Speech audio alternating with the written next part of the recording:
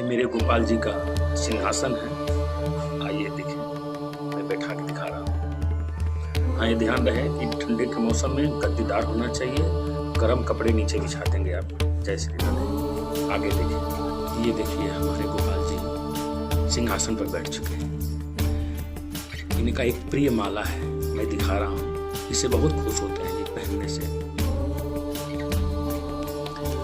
बैजंती माला है, इससे हमारे प्रभु बहुत खुश होते हैं। आइए मैं पहनाता हूँ इनको। ये मेरे गोपाल जी बैजंती माला पहन लीजिए। और अब आप कमेंट में बताएं कि किस चीज़ की कमी दिखाई दे रही है। आप हमें कमेंट में जरूर बताएं। तब तक के लिए अगले पार्ट का इंतजार आप लोग करें। जय श्री राधे, जय श्री श्याम, जय हनुमान जी महाराज। वीडियो अच्छे लगे तो आगे शेयर जरूर करें। जय श्री